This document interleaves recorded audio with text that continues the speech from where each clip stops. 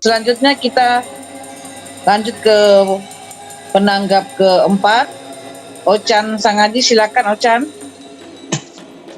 Baik, terima kasih Ibu Mirna, moderator langganan Suara Indonesia dan PKT. Terima kasih Bapak-Bapak. Assalamualaikum warahmatullahi wabarakatuh. Selamat malam Bapak Ibu sekalian. Kami penulis buku tahun 90. Saya jalan dari pesantren di Al-Herat lewat di Kamonji gitu pakai sarung. Terus ada ibu-ibu yang panggil makan di satu acara pesta kawin. Di situ ada musik kakula dimainkan oleh seorang nenek. Dan ternyata malam ini saya tahu namanya Nenek Sumina di Besusu. Itu pertama kali saya mendengar kakula selama saya berada di Palu. Tahun 2012 saya mendengar kakula yang lebih modern dari yang saya dengar di Kamonji, di Festival Teluk Palu yang dimainkan oleh Kak Amin Abdullah, ensemble modern Modero itu. Nah, kalau tidak salah vokalisnya juga ada salah satu Zul Usman. Kak Amin bermain di panggung. Tahun 2013 saya menulis Kak Amin di The Jakarta Post. Berita itu, tulisan artikel itu, lebih tepatnya feature itu, artikel itu menulis tentang bagaimana Amin mempopulerkan kakula secara global di Amerika, di Hawaii ketika kuliah di sana kalau saya tidak keliru. Nah, ketika saya mendengar kakula, saya teringat dalam sejarah penyebaran Islam bagaimana Wali Songo menyebarkan Islam dengan pendekatan budaya, pendekatan musik itu dengan lagu-lagu Jawa dan macam-macam itu. Terus kakula Kak Amin, waktu saya wawancara ketika itu, Kak Amin bilang bahwa kakula ini berkembang di Asia Tenggara.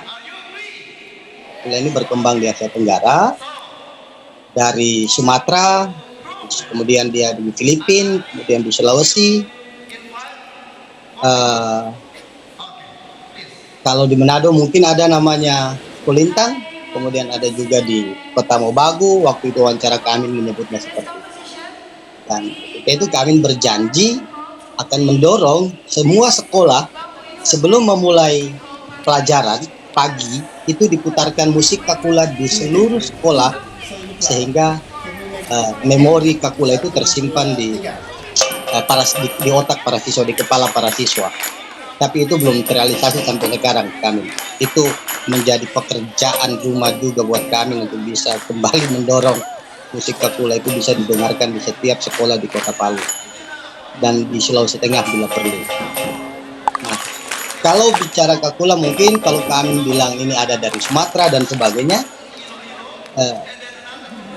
Islam masuk di Sulawesi Tengah oleh Dato Karama. Dato Karama itu orang Sumatera. Mungkin saja kakula dibawa juga pengaruh budaya Islam yang dibawa oleh Dato Karama ke Sulawesi Tengah, ke Palu, ke Lembah Kayu.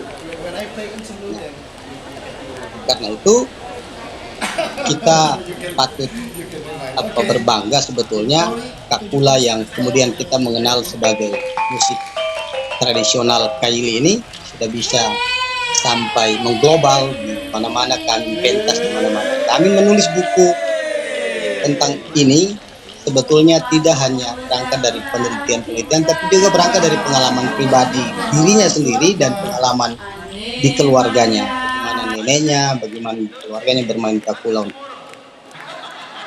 Beberapa waktu yang lalu saya jalan di Talise, di jalan di Talise itu di rumah satu orang, rumah nama di depan rumah itu tertulis R. Jailolo.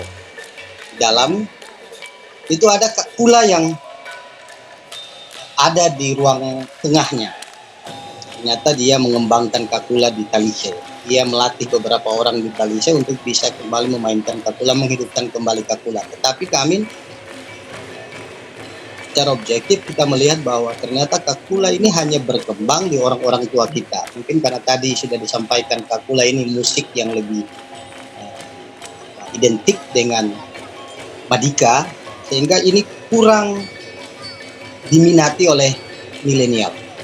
Ini juga menjadi pekerjaan rumah sebetulnya. Kalau Pak Syuaib tadi bilang harus di sekolah-sekolah kembali diajarkan, itu menjadi sangat penting agar Kakula ini tidak mati. Kita punya Amri Palu almarhum yang menyanyikan lagu-lagu, tapi ada beberapa iringan-iringan nada Kakula yang kita dengar. Jadi sebetulnya harus kita dorong sehingga musisi-musisi Palu yang milenial ini kalau bermain musik dimasukkan 1-2 nada Kakula itu sudah cukup baik, sehingga orang mengenal, oh ini Kakula dari Sulawesi Tengah. Enggak, Kakula tidak hanya di buku yang ditulis oleh Kak Amin, Kakula tidak hanya ada dalam diskusi-diskusi kita seperti ini, tetapi Kakula itu benar-benar membumi di Sulawesi Tengah, tidak menjadi tamu akhirnya di sini. Kalau kita tanya di anak-anak muda sekarang, kenal Kakula atau tidak? Orang akan menjawab, kita tidak tahu Kakula.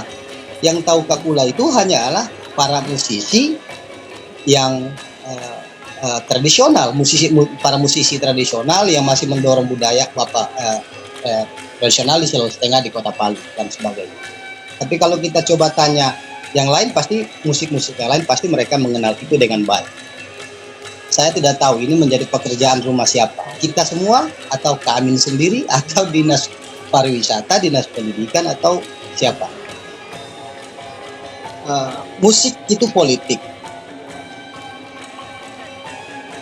Kalau musik itu politik, ya kita lihat memang dalam perkembangan musik modern, Jokowi itu juga menang karena didorong oleh musik. Slang pada waktu itu, salam 2 jari yang diciptakan oleh Slang itu menggambarkan bahwa memang musik itu.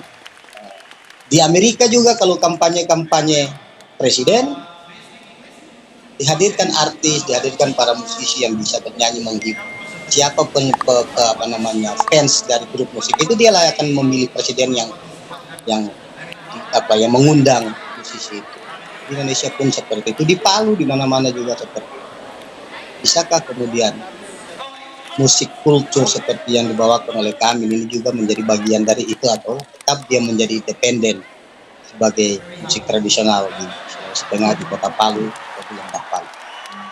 Saya pikir itu kami, mudah-mudahan beberapa pekerjaan rumah yang masih tersisa itu bisa diselesaikan dengan baik. Satu lagi, kita sudah bangga ketika datang di Bandara Mutiara Palu, Mutiara Sisa Jufri, turun dari eskalator kita sudah disambut musik Kakula. Saya tidak tahu dalam beberapa bulan terakhir apakah masih ada atau tidak karena pandemi dan sebagainya. Jadi orang sudah mengenal, oh ada musik seperti ini di Palu. Kalau orang bertanya apa tuh, kita sebut itu Kakula Nuada. Terima kasih. Billahi taufiq wal hidayah. Wallahul muwaffiq ila aqwamit thoriq. Assalamualaikum warahmatullahi wabarakatuh dan selamat malam.